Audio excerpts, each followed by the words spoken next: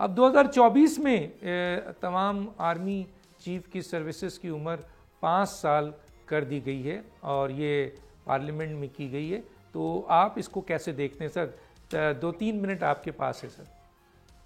جی، سب سے پہلے تو یہ آپ دیکھیے کہ آرمی چیف کی تعیناتی، دیکھیے ایئر فورس بھی اتنی ہی امپورٹنٹ ہے جتنی آرمی ہے، اور نیوی بھی اتنی ہی امپورٹنٹ ہے. بلکہ اب تو آنے والے دن جو ہیں وہ ایئر فورس اور نیوی کے زیادہ ہوں گے، بیکاز ساری جو وارفیئر ہے وہ میزائلز کے اوپر اور ان چیزوں پہ. بٹ اس کے قطع نظر یہ کہ ایک ہجان پیدا ہو جاتا تھا. 6 مہینے رہ گئے ہیں آرمی چیف کے، کون آرمی چیف بنے گا، کیسے ہوگا.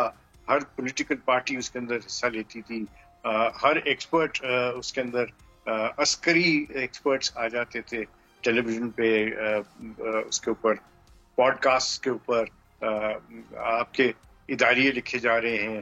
یہ سب کچھ دیکھیے، یہ ایک ڈسپلنری فورس کا معاملہ ہے، ایک ادارہ ہے جو آپ کی گورنمنٹ کے ساتھ منسلک ہے. ڈیفنس سروسز کا جو معاملہ ہے اس کے اندر نہ تو اسپیکولیشن ہونی چاہیے، نہ اس کے اندر کسی قسم کا جو ہے وہ کامنٹس آنے چاہیے.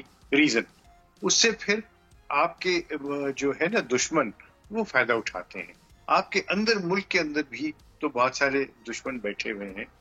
میں جو اس کام کے لیے آئے ہوئے ہیں، آپ کی جو ڈیجیٹل وارفیئر چل رہی ہے اس کے اندر یہ سارے سلسلے ہو رہے ہیں.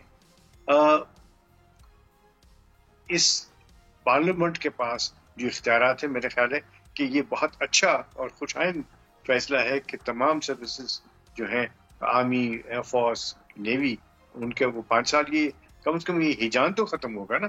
وی now know that whoever comes in وہ 5 سال کے لیے وہاں پہ ہوں گے.